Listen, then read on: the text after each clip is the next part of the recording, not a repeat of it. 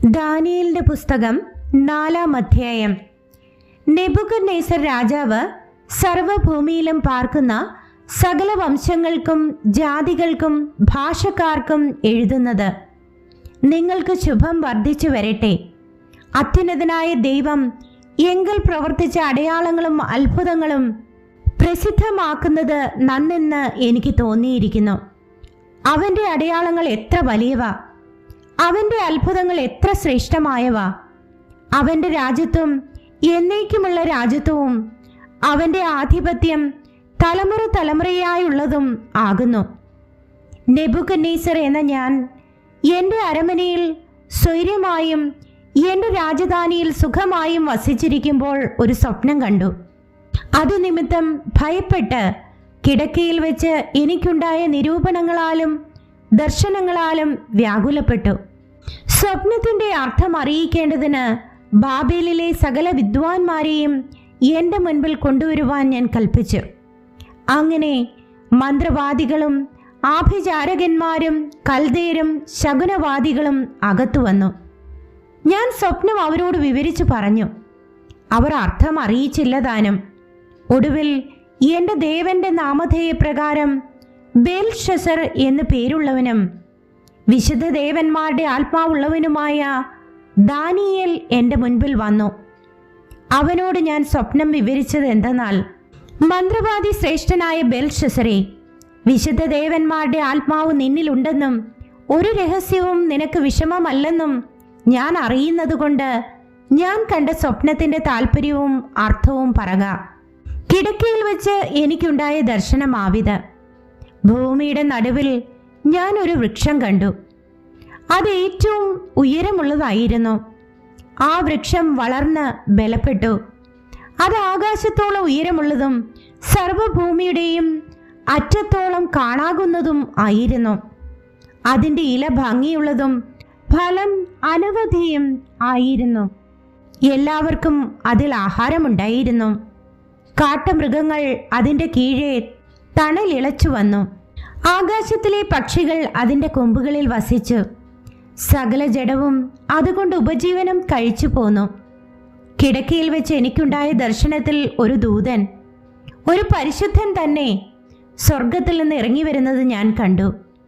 അവൻ ഉച്ചത്തിൽ വിളിച്ചു പറഞ്ഞത്: വൃക്ഷം വെട്ടിയിട്ട് അതിൻ്റെ കൊമ്പ് മുറിച്ച് ഇല കുടഞ്ഞ് കായ് ചിതറിച്ച് കളവിൻ. അതിൻ്റെ കീഴിൽ നിന്ന് മൃഗങ്ങളും കൊമ്പുകളിൽ നിന്ന് പക്ഷികളും പൊയ്ക്കൊള്ളട്ടെ. അതിൻ്റെ തായ്വേരോ വയലിലെ ഇളംപുല്ലിൽ ഇരുമ്പും താമ്രവും കൊണ്ടുള്ള ബന്ധനത്തോടെ ഭൂമിയിൽ വെച്ചേക്കുവിൻ. അവൻ ആകാശത്തിലെ മഞ്ഞുകൊണ്ട് നനയട്ടെ. അവന് മൃഗങ്ങളോടുകൂടെ നിലത്തെ പുല്ല് ഉപജീവനമായിരിക്കട്ടെ. അവൻ്റെ മാനുഷ്യ സ്വഭാവം മാറി മൃഗസ്വഭാവമായി തീരട്ടെ. അങ്ങനെ അവന് 7 കാലം കഴിയട്ടെ. അത്യുന്നതനായവൻ മനുഷ്യരുടെ രാജത്വത്തിന്മേൽ വാഴുകയും അതിനെ തനിക്ക് ബോധിച്ചവന് കൊടുക്കുകയും മനുഷ്യരിൽ അധമനായവനെ അതിന്മേൽ വാഴിക്കുകയും ചെയ്യുന്നു എന്ന് ജീവനോടിരിക്കുന്നവർ അറിയേണ്ടതിന് ഈ വിധി ദൂതന്മാരുടെ നിർണയവും കാര്യം വിശുദ്ധന്മാരുടെ കൽപ്പനയും ആകുന്നു. നെബൂഖദ്നേസർ രാജാവായ ഞാൻ ഈ സ്വപ്നം കണ്ടു. എന്നാൽ ബേൽഷസരേ, എൻ്റെ രാജ്യത്തിലെ വിദ്വാൻമാർക്ക് ആർക്കും അതിൻ്റെ അർത്ഥം അറിയിപ്പാൻ കഴിയായ്ക കൊണ്ട് നീ അതിൻ്റെ അർത്ഥം അറിയിച്ചു തരേണം. വിശുദ്ധ ദേവന്മാരുടെ ആത്മാവ് നിന്നിലുള്ളതുകൊണ്ട് നീ അതിന് പ്രാപ്തനാകുന്നു. അപ്പോൾ ബേൽഷസർ എന്നും പേരുള്ള ദാനിയേൽ കുറെ നേരത്തേക്ക് സ്തംഭിച്ചിരുന്നു. അവൻ വിചാരങ്ങളാൽ പരവശനായി.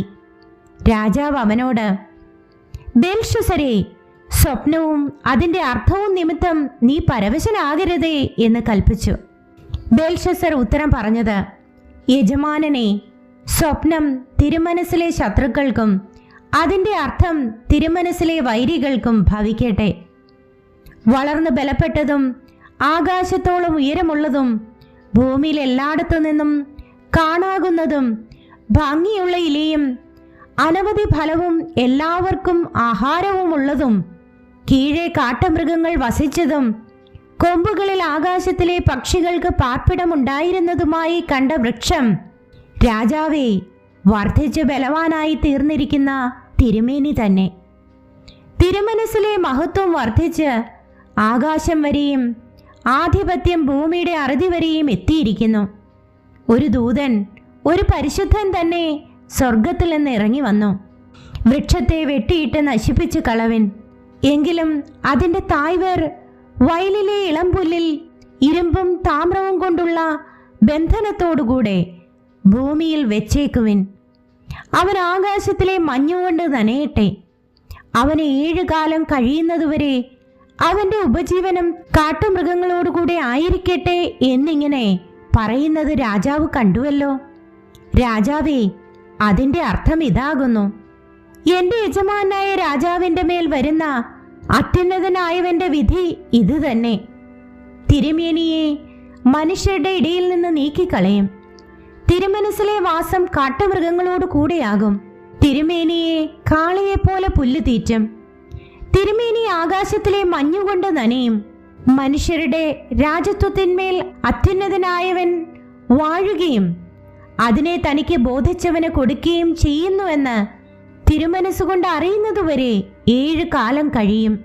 വൃക്ഷത്തിന്റെ തായ്വേർ വെച്ചേക്കുവാൻ അവർ കൽപ്പിച്ചതോ വാഴുന്നത് സ്വർഗമാകുന്നു എന്ന് തിരുമനസ്സുകൊണ്ട് ഗ്രഹിച്ച ശേഷം രാജത്വം തിരുമേനിക്ക് സ്ഥിരമാകും എന്നത്രേ. ആകയാൽ രാജാവേ, എന്റെ ആലോചന തിരുമനസ്സിലേക്ക് പ്രസാദമായിരിക്കട്ടെ.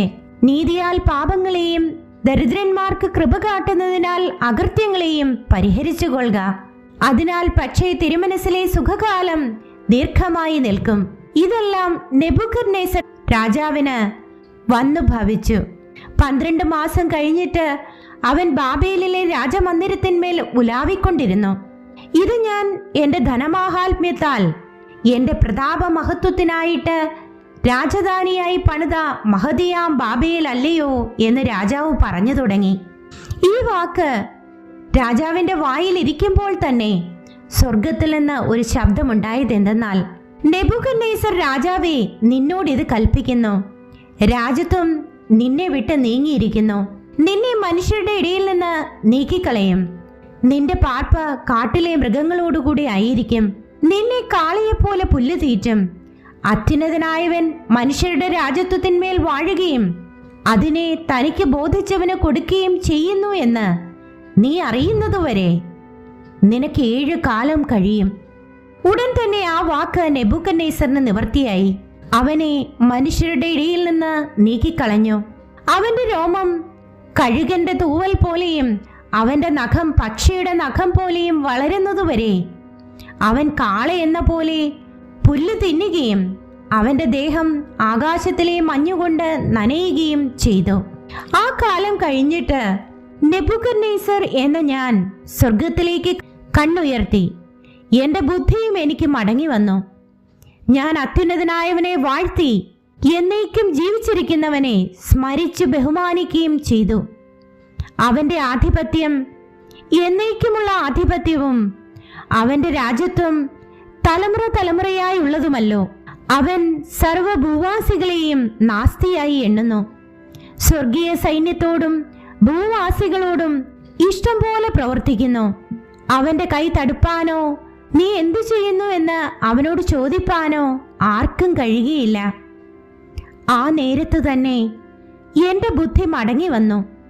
എൻ്റെ രാജത്വത്തിൻ്റെ മഹത്വത്തിനായി എൻ്റെ മഹിമയും മുഖപ്രകാശവും മടങ്ങി വന്നു. എൻ്റെ മന്ത്രിമാരും മഹത്തുക്കളും എന്നെ അന്വേഷിച്ചു. ഞാൻ എൻ്റെ രാജത്വത്തിൽ യഥാസ്ഥാനപ്പെട്ടു. ശ്രേഷ്ഠ മഹത്വം എനിക്ക് അധികമായി സിദ്ധിച്ചു. ഇപ്പോൾ നെബൂഖദ്നേസർ എന്ന ഞാൻ സ്വർഗസ്ഥനായ രാജാവിനെ സ്തുതിച്ചു പുകഴ്ത്തി ബഹുമാനിക്കുന്നു. അവന്റെ പ്രവൃത്തികളൊക്കെയും സത്യവും അവന്റെ വഴികൾ ന്യായവുമാകുന്നു. നിഗളിച്ചു നടക്കുന്നവരെ താഴ്ത്തുവാനും അവൻ പ്രാപ്തൻ തന്നെ.